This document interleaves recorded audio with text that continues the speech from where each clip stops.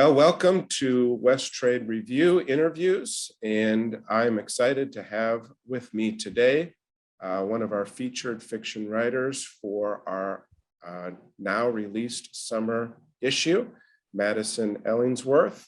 And Madison, it's great to have you on West Trade Review. Thanks for joining us today. Thank you. It's great to be here. So my name is Jonathan Lindberg, and we're going to be spending the next bit of time talking with Madison about her story Date Night, which appears in our summer issue of West Trade Review. And Madison, I think if I'm right, you're coming to us from Maine, is that right? Yes, Portland, Okay. Maine. It looks very sunny out there, and it looks nice and pleasant. You got your windows open.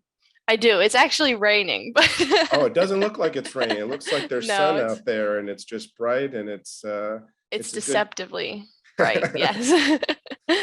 So one, we're really excited to have featured Date Night in our summer issue, and it's really a great story. If you haven't had a chance to read it, we're going to give you the link a couple times here during this interview, and I would encourage you to go and read it for yourself, and then Madison is going to read it for us as well. But I think one of the things that struck me at the beginning is just this. I like this image of this factory that just kind of looms over this entire story. You allude to it at the beginning of the story, and then you talk about it in the end, and it's kind of this ominous specter that kind of lingers over the story. Talk to me a little bit about kind of what imagery you were wanting to achieve with this factory. Well, it specifically was when I was a kid. I used to live in Philadelphia, and I remember all the time we would drive on this highway that would cut sort of through the outside parts of Philadelphia. And there was a factory right along the side of the highway. I don't remember if it was like a refinery or some sort of plant or what, but I remember as a kid it just being the most frightening thing that I had seen. It was so dirty, and it just seemed to be a real like you could tell once we had shifted out of the city because we had passed this very large factory. So it just kind of looms over the whole city and the whole atmosphere. I've been in towns like that and it's just constant, the smoke's constantly coming out, and it just creates this, there's humor in the story, and there's kind of a husband and wife relationship in the story, and then there's this grotesque accident scene. So there's a lot of, it's kind of a brutal story too inside, but then the factor, I thought, just kind of lingered over the whole thing in such a beautiful way, and just kind of tied all that imagery together and just made it kind of feel like you knew there was something underlying going on throughout the whole story that just felt kind of just very, very heavy. Mm-hmm. I'm glad that came through. What's that? I'm glad that came through. Oh, that was intentional, huh? A little bit, yes. Yeah. So, sometimes in our writing, I think what we want to come out doesn't always come out the way the reader gets it. And so to be able to have that type of imagery come through, I think it must feel really rewarding.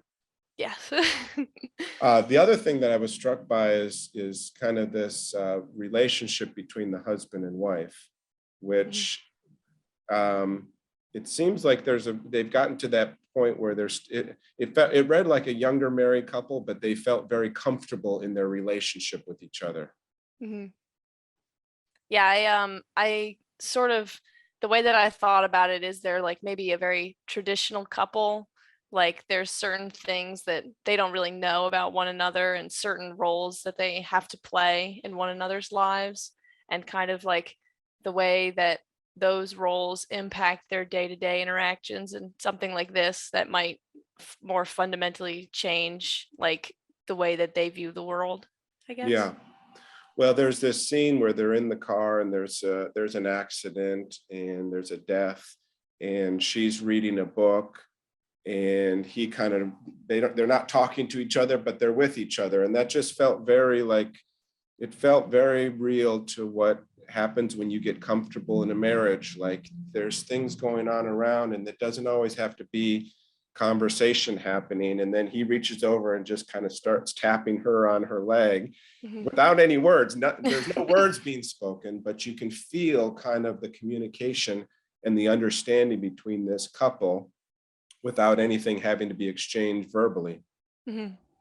Yeah, yeah, like they're sort of just at this point where I think they still love one another very much, but it's more like maybe a passive kind of love. It's not quite as passionate as maybe it was before they were married or something. Right, and there's a comfort to it, Hmm.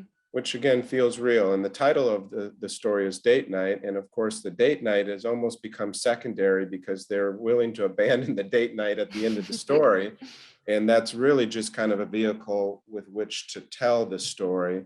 But you can tell that neither of them are fully invested in this date night actually happening.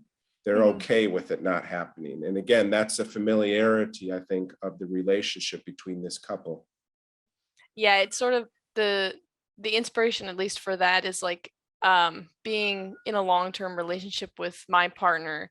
It's sort of like we sometimes will have a date night, but for the most part, it's like maybe we hung out the day before, and you could say that that was a date night. It's kind of Yeah. like an arbitrary title that maybe they've given to this Friday night or whatever. Now, the narrator seems a little more invested. I'm curious kind of at the beginning, there's these really great, beautiful little details of her getting ready. And I don't know if this lends to your taste or where this influence came from, but the beginning starts with this beehive where she's really worried about her hair and whether she fits in the truck with her beehive. And then the purse, it's not just a purse, it's a rhinestone purse. Hmm. So there's these kind of, I don't know, how would you describe it? Vintage or retro type feel to this narrator character. You're very specific on her look. Yeah, I think I think like the more stories that I write and fully finish, I sort of have picked up that this is something I tend to do. I think it's just like in this specific story, it was because I pictured them as being maybe a more traditional, maybe in certain like ways, sort of outdated couple. Like they're maybe much younger. They're not like actually from, the time in which they would have worn a beehive, but they're like maybe holding on to that sort of thing.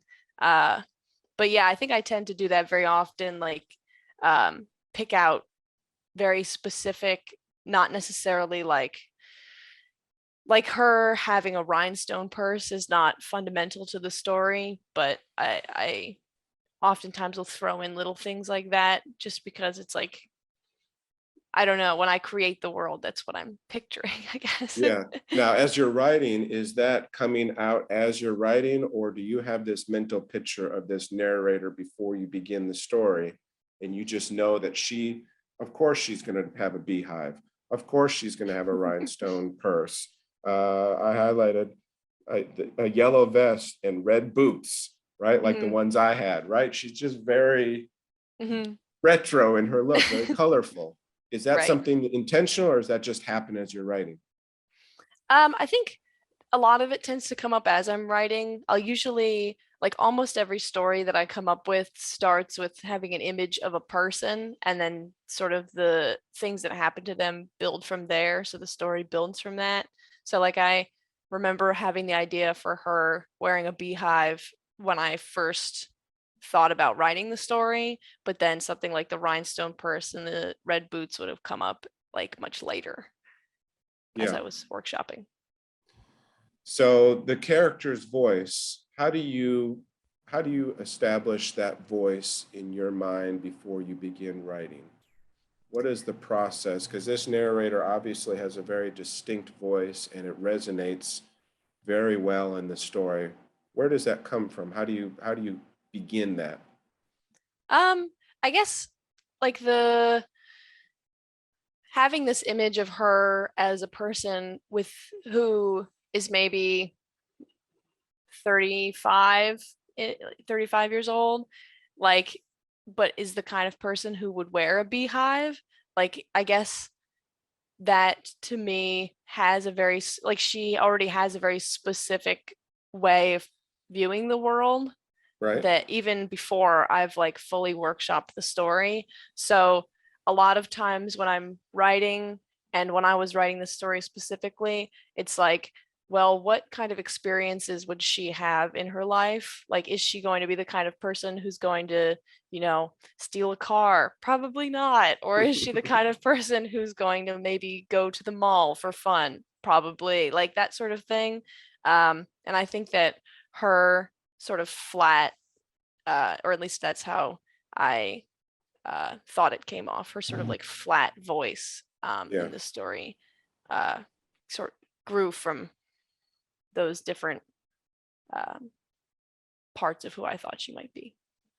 Well, then you also have these elements that it's just kind of the real human side of her as a woman, which you're able to bring into it, where she's talking about um, her knuckles being hairy, but she shaves them, right? I mean, Yes. these are just things that, girls think of before a date night, but just really don't come out in the actual Hmm. interaction when you're Hmm. out. And then the next page, you're talking about how the narrator is annoyed by the wire in her bra rubbing the wing of her arm. It's like Hmm. these are just normal things. Like, did I wear deodorant tonight on this date?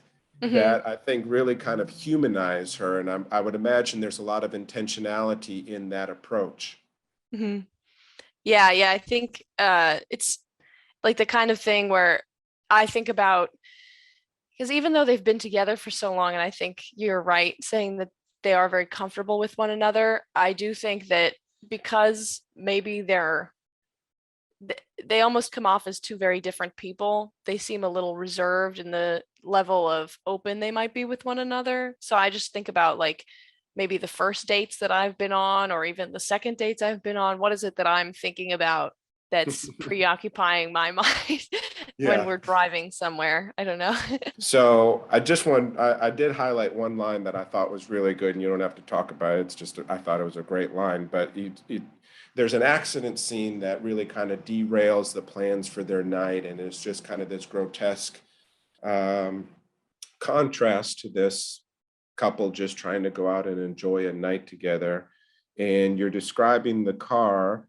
One of the cars that gets wrecked is a Mini Cooper, which I had, which kind of terrified me because I'm thinking of myself in that image. But you said you wrote her car, having been devoured by the rover, was being towed away, and I just thought that was such a great line. I'm thinking of this large Land Rover, and then you've got this small Mini Cooper, and there's almost this animalistic type devouring that takes place, that when we see accidents on the side of the road, it's just really grotesque seeing what happens to these machines. And it does feel like they're devoured, almost like a wolf devouring a sheep in its mouth.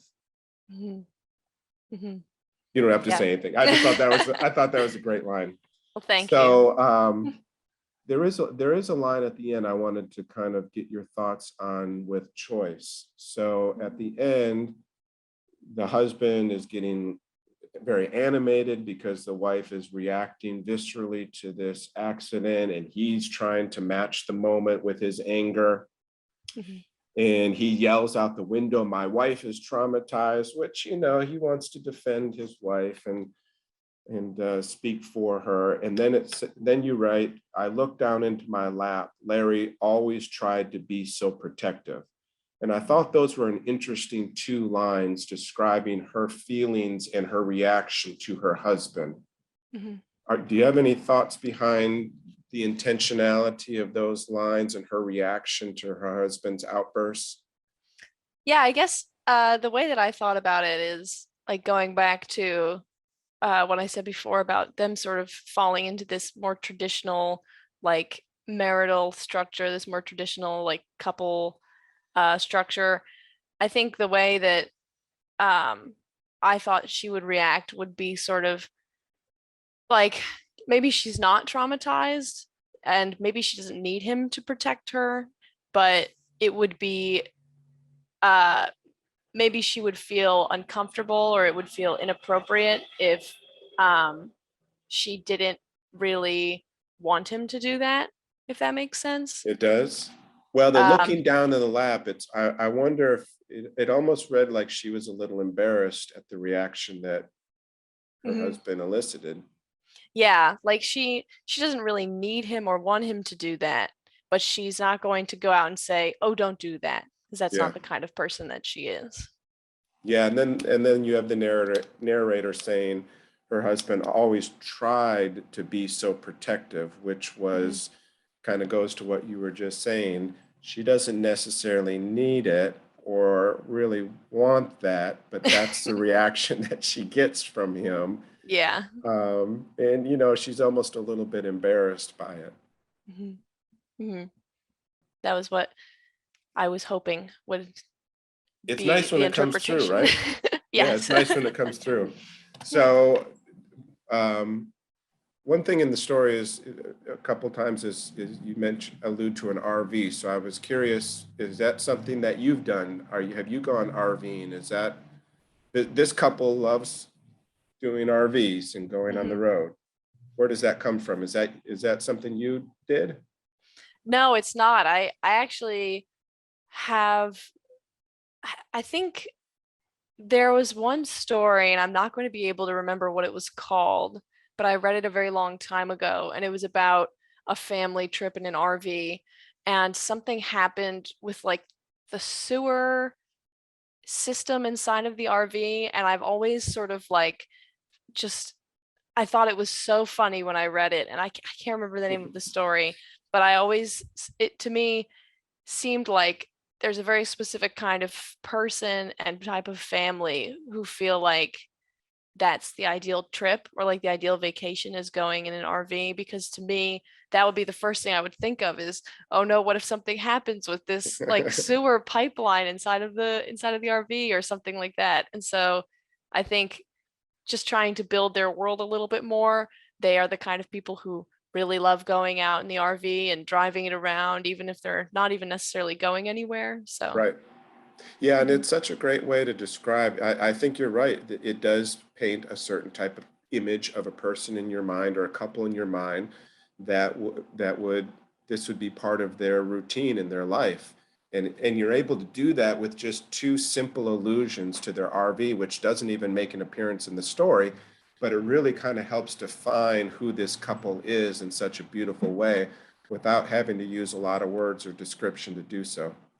So we've been talking about your writing, which I think writers kind of have this mixed thing where we are in our corner hiding and writing, and we just want to be left alone, and we just want to write and let our writing speak for ourselves. And we're shy and we're reclusive in that regard because we work alone. And then there's this part that we like people to recognize and understand we like talking about our writing too. So there's kind of that mixture. But I'm mhm. curious a little bit about you as well. So you live in Maine and you're in school? I actually just graduated. I graduated Oh, a congratulations. thank you. Thank you. Yeah, I graduated a semester early in Okay. December. So And your studies were in? I studied English. Mhm. Okay. And what really kind of sparked the interest in writing for you fiction? It Where did that come was from? well, I've always loved reading and loved particularly fiction stories. And in my sophomore year of college, my one of my required classes that I had to take was like a creative writing class or something like that. And my professor was very insistent about everybody has to submit a story. You have to find somewhere to submit a story, and you need to work really hard. And this is how you format it for a submission. And it had never occurred to me before, even though I had always liked reading and liked writing sort of little stories, that I could ever even uh, complete one and then send it anywhere. And so Yeah. I think like thinking about writing is more than just something I did very quietly in my room at night sometimes, was triggered by that experience. It's funny you say that. I've just thought so much in my own writing. Confidence is such a huge part of the artistic life, Mhm. and writing itself I don't know about you, but it seems like it's built, self-doubt is just kind of built into the whole process of writing. You know what I mean? Yeah. Hmm. Like it just kind of, it's that factory in your story that's just looming in the background that you have to constantly try to push aside so that Hmm. you can have this beautiful experience. Yeah, I think definitely. I agree. So going through this process, and you mentioned workshopping this story, starting to put your writing out there and feeling the confidence to be artistic and allowing yourself to have something to say and then sharing with others, that really kind of developed while you were in college. Yeah, and it was also helped by I had actually started college off being a social work major and then changed to being an art major. And Aha. then, yeah, and then the pandemic hit, and I decided that studying art online was not going to be the best use of my money for college. So I changed to English, which I actually wanted to do, but had been too intimidated to do.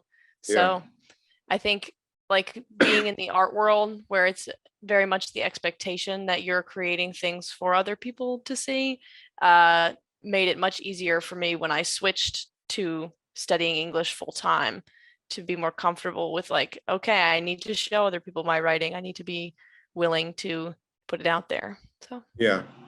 And there's an exposure, obviously, that takes place there that can be very intimidating to begin with. And then you start submitting things like you did this story. And that's a further exposure because now you're asking to be judged, mhm, right? Is this mhm, good or not, rejection or acceptance? And for most of us as writers, rejections are the norm and acceptances are the rarity. mhm, You get them, it feels good. mhm. So let me ask you a couple philosophy questions about writing. So what is your start of a story? Are you starting with a character? Do you have an image? Do you have a plot device in mind? What starts your stories for you?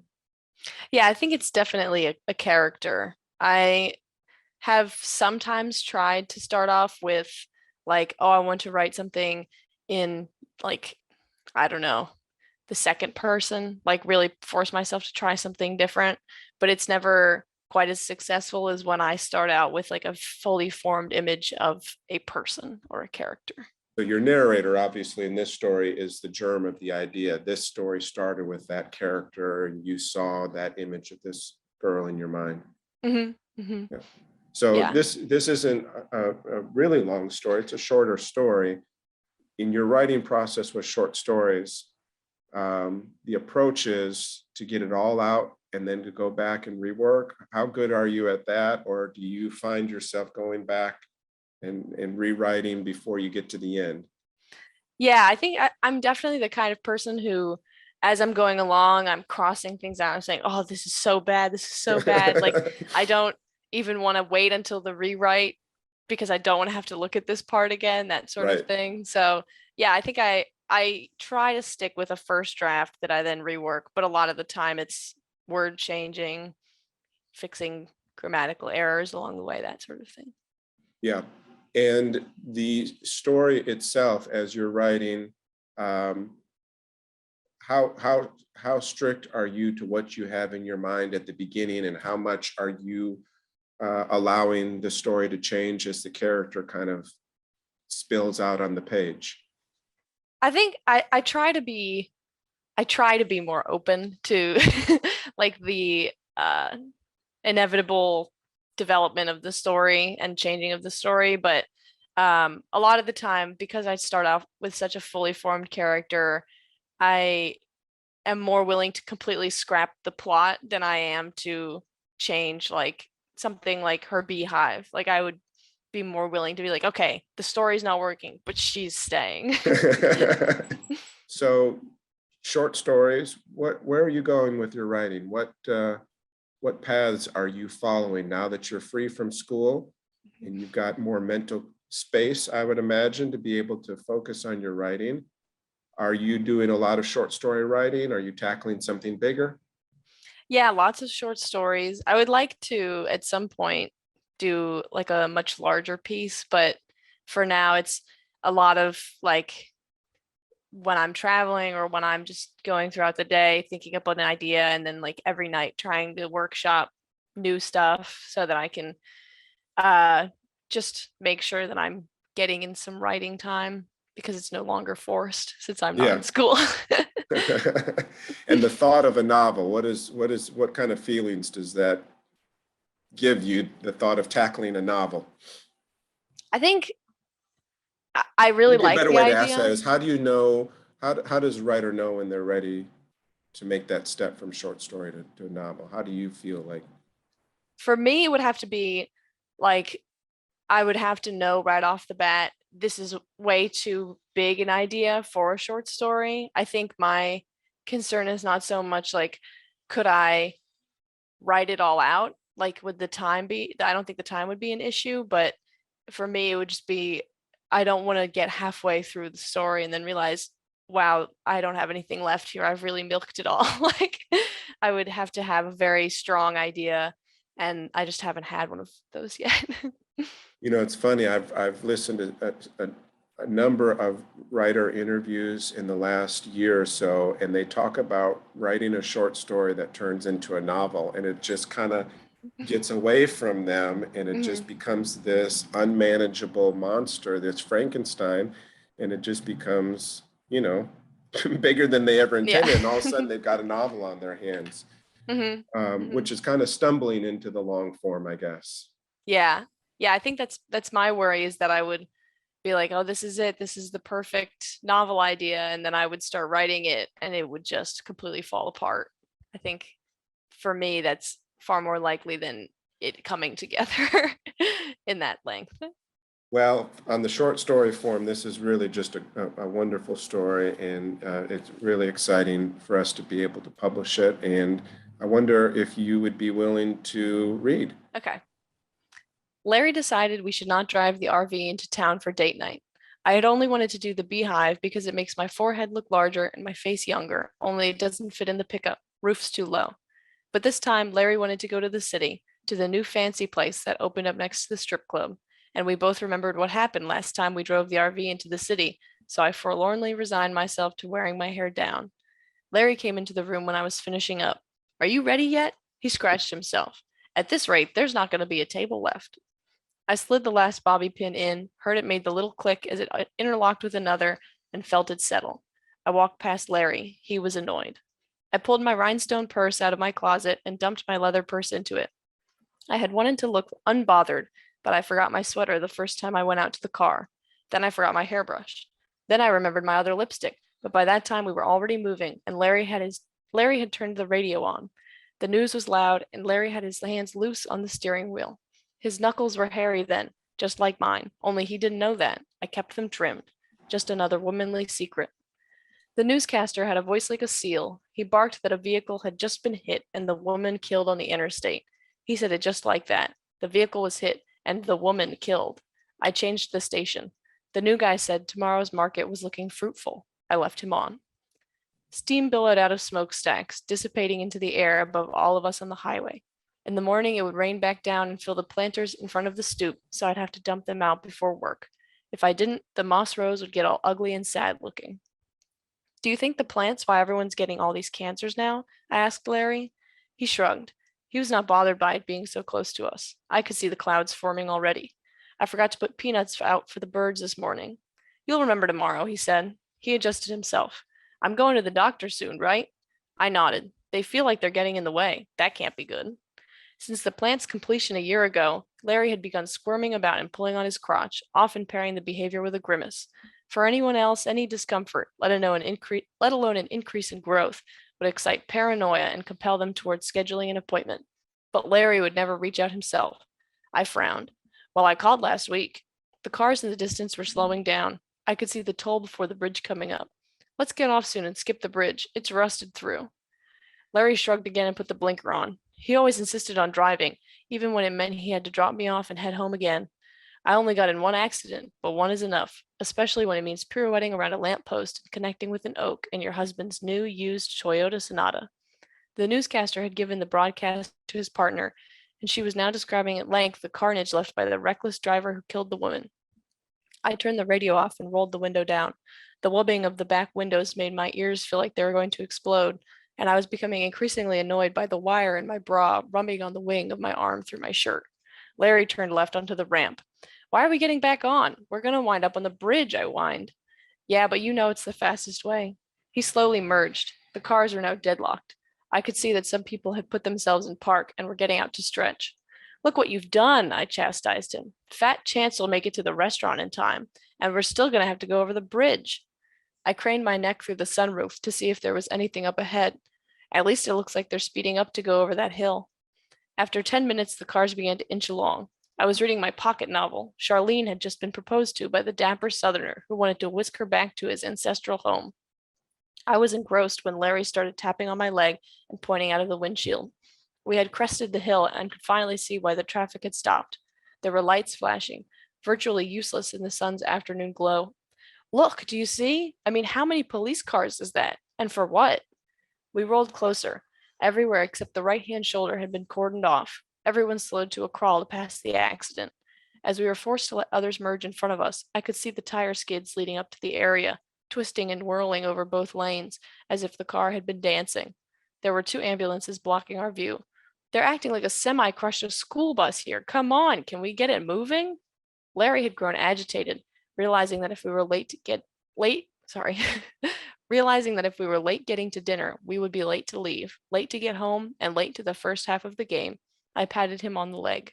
I'm sure it'll start moving after this. People don't like to dwell on the bridge. I looked behind us.